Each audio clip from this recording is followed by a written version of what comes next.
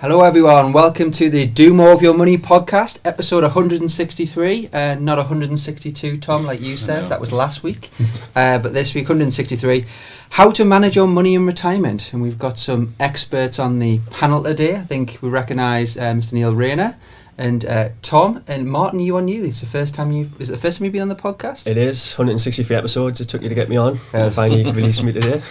Well, 162 for Tom. But Martin, tell us a little bit about yourself and tell us what you do within the team. I'm one of the team leaders in the customer care team, heading up the Engage team actually. So we focus on reaching out to clients, speaking to clients on a regular basis, seeing if there's any help that they need with anything to do with the investments. Been here for just over 3.5 years now.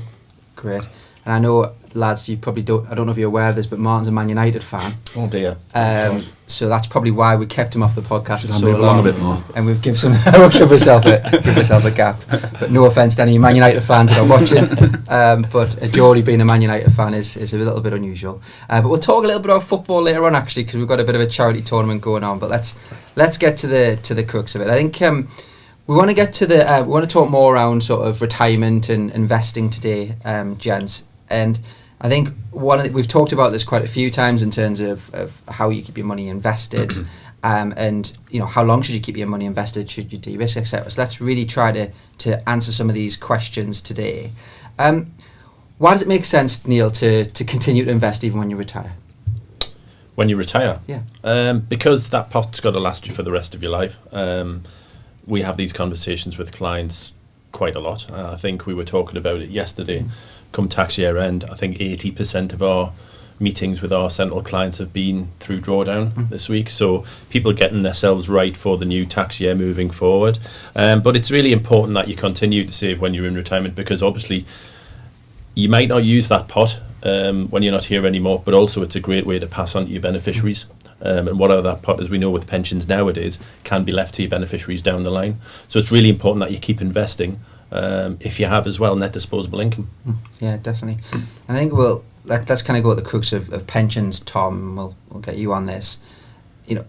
Explain our viewers how you can the options our clients have in terms of drawdown and how they can phase their income. Yeah, absolutely. So I mean, one of the more common misconceptions really with drawdown is a lot of clients think that they have to take the full 25% tax-free cash at the start of drawdown, and that's not the case. And I regularly have conversations with clients saying to them, look, from our side of things, you can take your tax-free cash in chunks when you need it.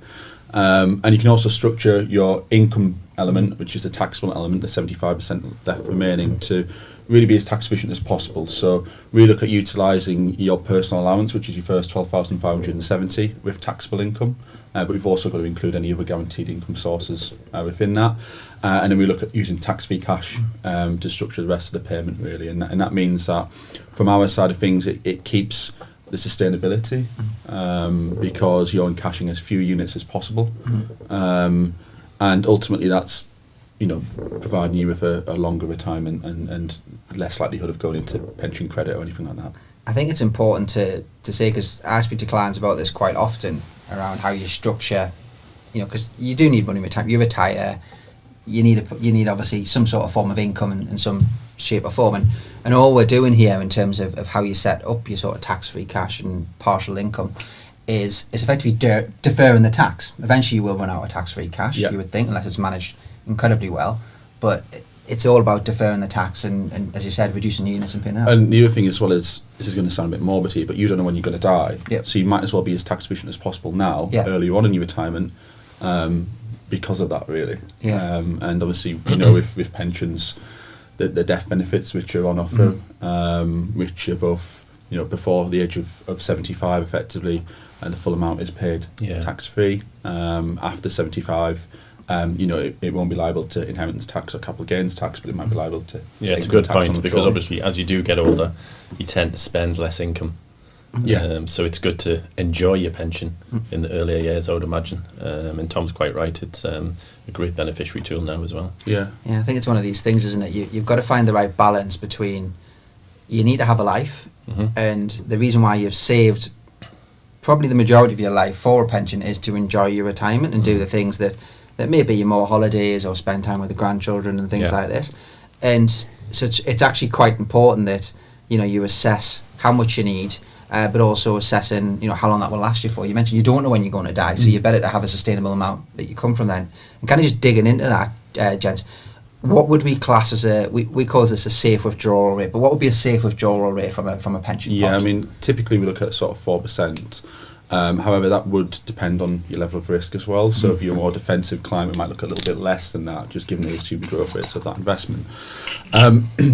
Another thing to sort of consider here is it could be a little bit more than 4% if you've got guaranteed income sources coming in, such as a state pension, such as a defined benefit pension as well. So again, 4% is a general rule of thumb, but speak to your advisor. We can look at your guaranteed income sources coming in and see what a sustainable amount is. I think we do a lot of work on that, don't we, Tom? In the central advice team, we do a lot of work on cash flow forecast. Tom's had a great example of, you might be 63 and your state pension might not kick in until 66, but you require more until that state pension kicks in, and that's what the financial advice team do. Yeah, definitely. So I think it's that safe withdrawal rate is there for you if there's no sort of kickers in of other types of guaranteed that's stuff. a word, kicking Typically after 67, Yeah. or 66 if you're 66 now, you're not going to have probably any more guaranteed income sources coming in, so stick quite close to that 4%. At that point. But if you're younger or you're getting close to state pension age, you might be able to take a little bit more than that and then drop it below that 4% once your state pension comes in. Yeah, and there's some good tools actually out there. We've got TP1 on the website, but there's actually some good tools where you can look at it and go, well, actually, if I take slightly higher now and reduce it in the future as my state pension comes in, is that affordable and when will that last to? And I think that's actually quite important because it's all about sustainability. You're right, Tom, you don't know when you're going to die. I think when we do projections to 100, which would be great if I live to 100, I don't think I will, but I think that's a kind of sort of maths that we have to do just to... clients always laugh at that, but that's like FCA rules really for us. And like you said, you don't know if you're going to live to age 100 as well. Imagine if you lived in the age 100, Neil. What would you do? Not far off. Fair enough. You're halfway there, are you? No. Nearly. No.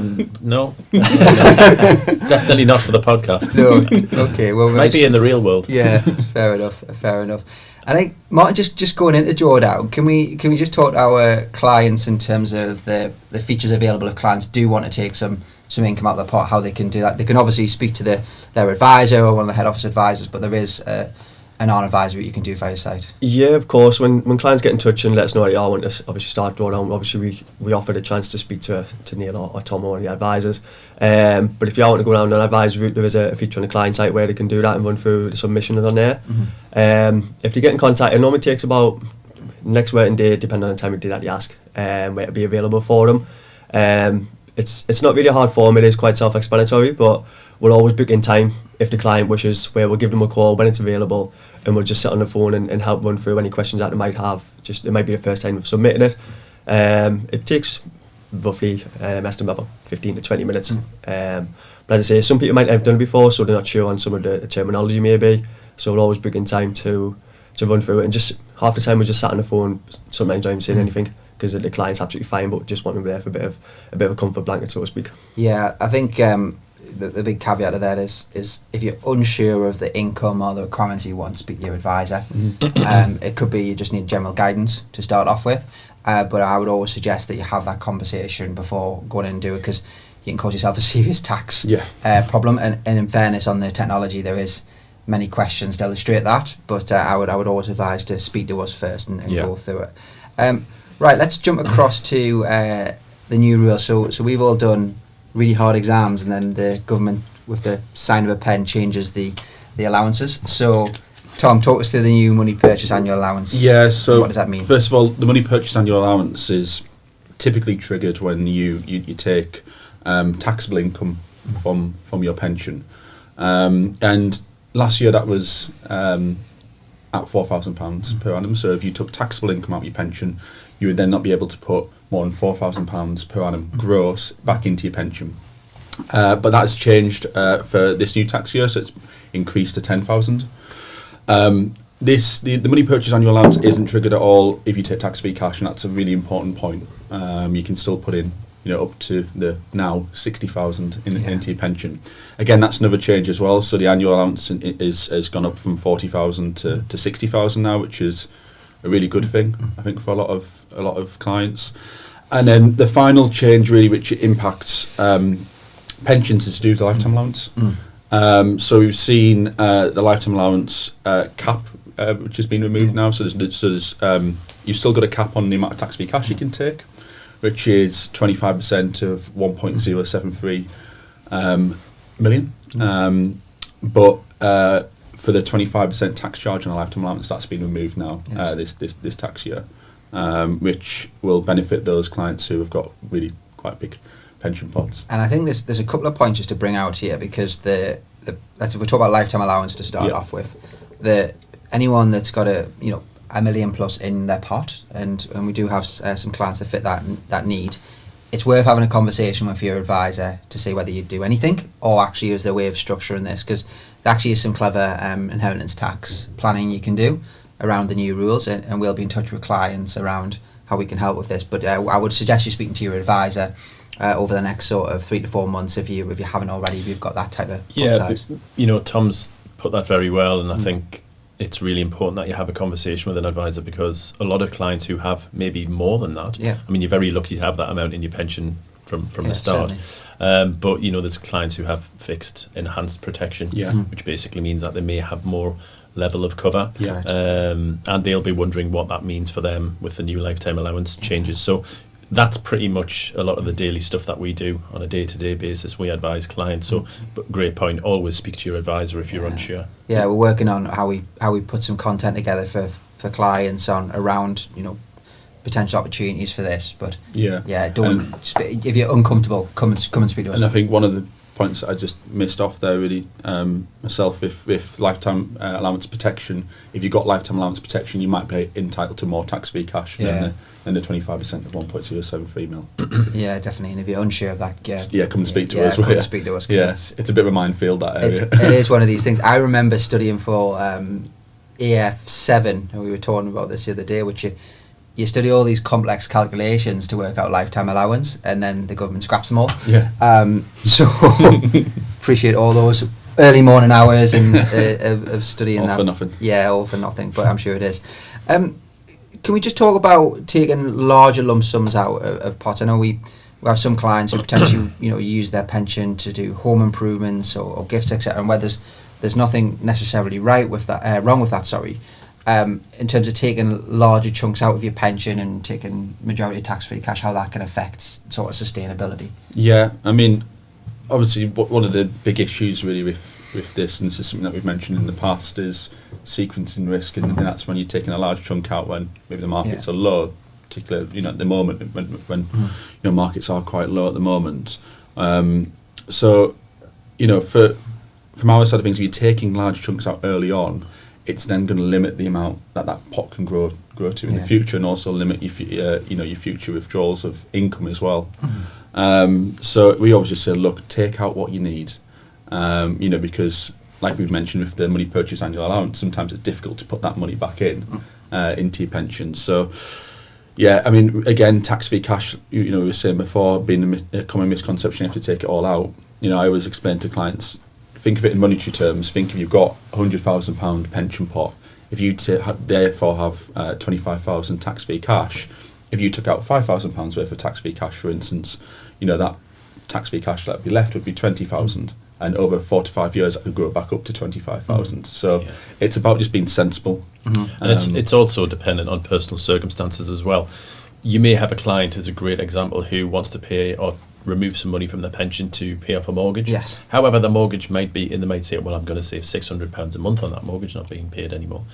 But the effect of it on your pension income, but also as well, you may have, alternative sources that you could take it from. So you may have savings, and you may have an estate issue, an inheritance tax. So, it could be beneficial to take it from the money in your bank and leave it as outside of your estate for inheritance tax, which or leave to your beneficiaries, which is a conversation we have. Yeah, I think that's a really valid point. We've said this a few times, but actually, sometimes if you've got your range of products, you've got your ISAs, your general investment accounts, your pension, your bonds.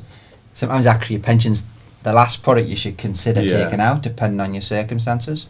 So you'll see us use abbreviations quite well in here, but inheritance tax, so IHT in this instance, your pension's obviously sheltered from inheritance tax. So it's a great vehicle to stay invested in for the long term.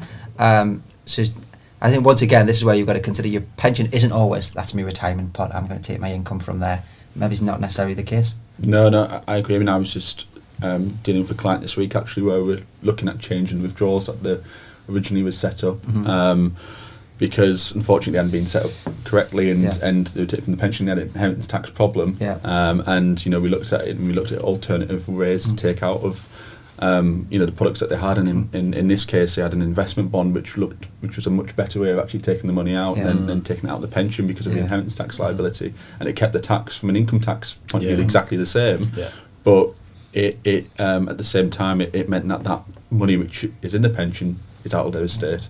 I think going into this, actually, while we're talking about inheritance and beneficiaries, Martin, do you want to just give us a little bit on how clients would add beneficiaries into their website, first of all? Yeah, sure. It's actually really simple. I actually did my own about 2 weeks ago. My girlfriend was on it with me for some time, so I eventually got around to doing that. If you just go onto your client site and click into your pension, just click into the details page, there's a section called Expression of Wish. You just go in there and fill in the details of your beneficiary from there. And I think it's really important that Mark Henderson, who's one of our senior partners but also a pension trustee, regularly talks to me, and I've said this on a few podcasts, but the amount of times where we don't have expressions of wish on pensions, and the trustees on death struggle to find or struggle to identify who inherits that money. And yes, it's obviously you can look at wills, etc., but it's much quicker from a process perspective for us and for you to get to your loved ones if that's I've just done the same thing for my fiance. I've just put her on as well. But I think the most important thing is we make it really easy from a technology point of view. Definitely. It's not like 10 forms and you have to send in some documents, and it's really easy to do, and it gives us a great guidance when something does happen. And I think another conversation I would say I have with clients is around beneficiaries, and about actually it's much easier to have that conversation now about the structure and how you've got it set up for them.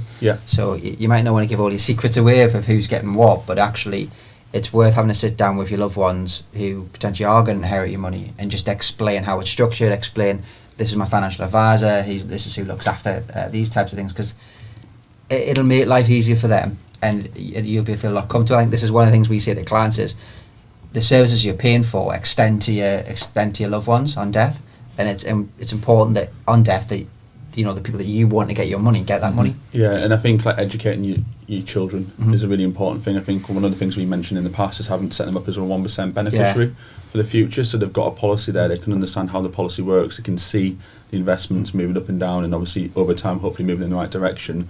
And from one of the most tax efficient products, or the most tax efficient product you possibly have, is a pre-75 beneficiary pension, where it's completely free of inheritance tax, capital gains tax and income tax as well. So educating your children to understand that that's a really good product to keep hold of in the future is really important. Because we have conversations with beneficiaries to explain exactly what you just said there, Tom, and that you don't just have to take this as a lump sum, put it in your bank account and that's it. You can leave it in a really great environment, which actually from an inheritance perspective is great for you as well. I think it's dead important to have that conversation. The other thing as well is pension provision for the younger generation isn't as good as what it would have been for the baby boomers as well. Without sounding bitter there. I was going to say, we're all. But it is important to educate them and to have those pots and actually pass on that inherited wealth and use it properly. And it's just about educating the clients, because a lot of them, like you said, they don't know they've got these options. No, they don't. No, they definitely don't. I think it's just have that conversation before. That's what I would say. It works really well. Let's just go back to retirement income.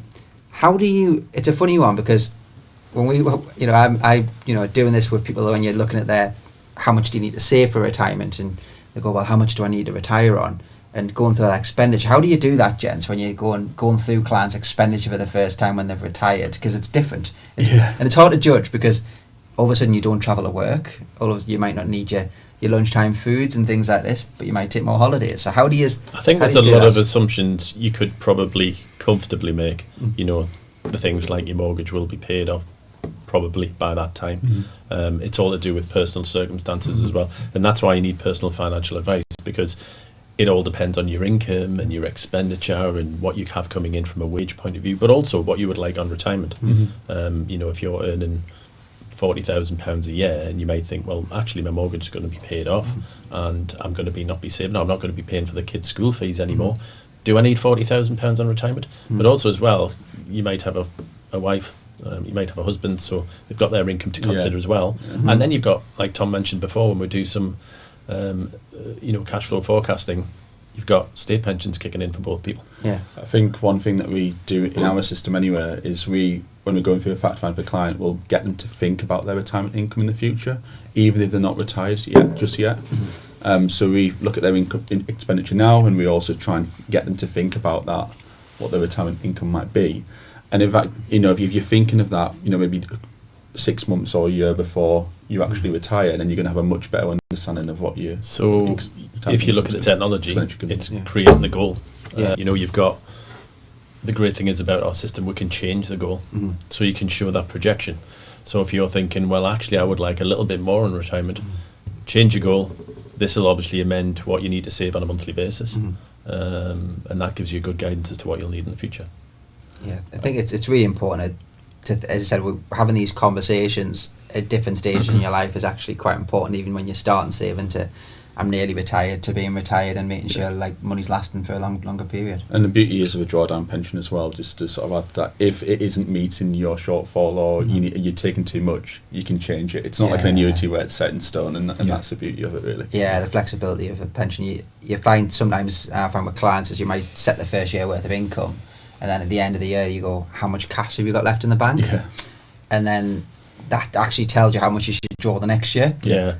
It's quite important then. If you haven't done that before, what you don't want to do is just build surplus cash in your bank from your pension. Yeah. So it's worth just looking at. Again, just your point there, Jamie. I mean, one of the things sometimes is you might think you need your pension now, but you've actually got quite a large level of cash already which you need to deplete from first before you look at your pension. And what I always say to clients is, look at your bank account every month and see how much it's gone down if you're in that situation, and then we can see what your shortfall is going to be. That makes life a lot easier for us and for the client. Yeah, because it is difficult. I don't know how much I'm going to spend on food this month.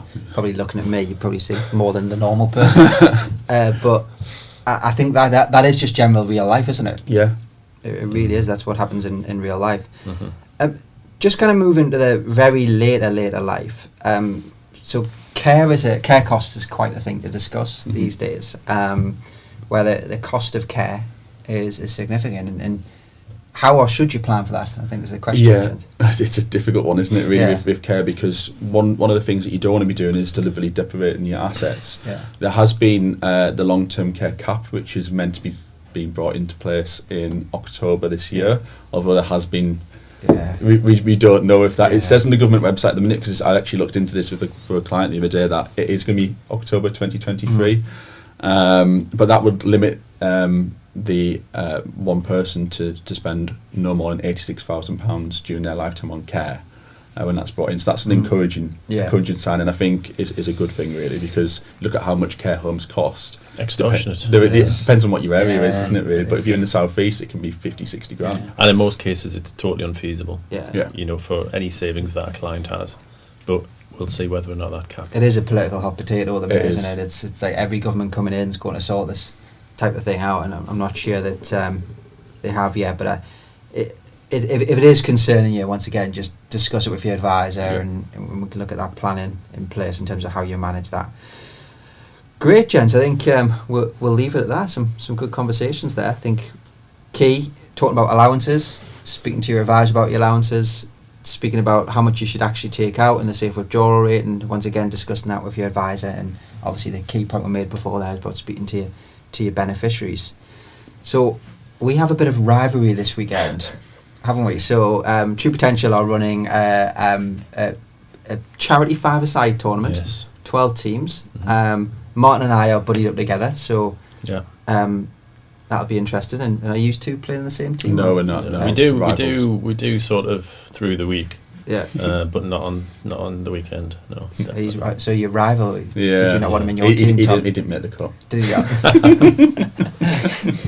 Well, it should be a good laugh. We're playing at the Newcastle Foundation building for the local charity there. We can send some information on that so people can see that. But it should be a high rivalry tournament. Yeah, I think there'll probably during the games there'll be a lot of handshakes and well done, and no bad tackles at all. No, probably not. Well, I'm going to get the worst one now against him. No, I think we might have a high sick rate on the next week. So a lot of people ringing in sick saying I've broken both my legs. So yeah. I don't think I've played for about 7-8 years, so I'm going to have to dust off the goalkeeper gloves and don't even think I've got a pair. That's not very encouraging, Jamie. I know. That's a sorry man. If you want to get a substitute now, it's probably a good idea. Right. Okay. Just finally for everyone in terms of how we can help on this, please, you're kind of plugging out certain things, but customer care team, they're available for clients 8 in the morning till 8 at night. Monday to Friday, please use that team if you've got any queries, questions, or you want to speak to an advisor. Your advisor will be around there, whether it's one of our head office advisors or your advisors in the field, always available for you. And it is any doubts or things that we've said today that you maybe want to question with them, so please give them a call. But other things, such as in the app, you'll be able to see some things like the morning markets, the Do More With Your Money podcast. Please like and subscribe. There's lots of good things that we're bringing out to help encourage people in these types of things. So please do have a look at them. Thanks very much, gents. Let's hope that we're all in one piece on Monday morning. And I hope everyone has a great weekend. Thank you very much.